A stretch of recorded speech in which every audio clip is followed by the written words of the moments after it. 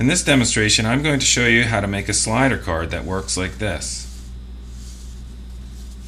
This is another sample I made. This one actually has tapered lines, so it kind of has the illusion of getting bigger as you pull it. This is the size of a number 10 business envelope. I'll show you a second template that I used to make this one. This is an A2 size. That template also works with parallel lines or tapered lines as well. This is the template I used to make that. I want to point out a few things. There's little carrots down here. I don't know if they show up on the camera or not, but they're very important markings that we use to get our folds into the paper. So how this works is I place this on a piece of cardstock. 12 by 12 it works fine, and I make sure that this edge is lined up and this edge is lined up so that I have less cuts to make. And then I just trace the perimeter here, and down here is one of those carrots.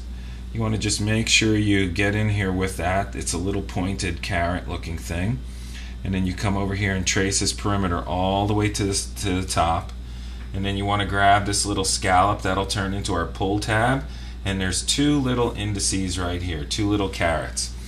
Now there's some other markings here that I want to show you. These markings right here, these are cut lines. Now if I wanted to make the card that had the parallel movement here, the horizontal, it's exactly horizontal across, I would cut these two lines. There's one here and one here. If I wanted to make the tapered looking one, that's this one where it's kind of shaped like a V and a V, I would use the cut lines that are inside here. So back to this part, when I have the template in this position, I'm just going to mark my parallel lines just to show you what they look like. These will be the cut lines that we'll use to make the card with the parallel. So there's just two lines here. So when you're done with that part of it, you will end up with something like this. Alright, so I fold this over and I crease this. I crease this part, and then these are my two cut lines that I make with an X-Acto blade. Just using something like that in that position. So I'm going to set this aside because I want to show you how to make that interior piece, this slider part. So I need the template again, and there's two other markings. They're usually easier to see on this darker surface. There's a little L here, there's this one, and then there's a little carrot here. These are all the important parts, as well as this carrot. So what I try to do is I place the template onto the paper, on the edge of a paper that I want to use, and I take that little L-shaped carrot, L-shaped cutout, and I line it up to the corner here. The little carrot I bisect this cardstock with, and this third carrot that's up here, I make sure that it splits the paper, and then all I do now is I trace this perimeter, come in here, this line coming in is the cut line, and then I come all the way to the top, and when I'm done I cut it out, and this is what I end up with, this piece.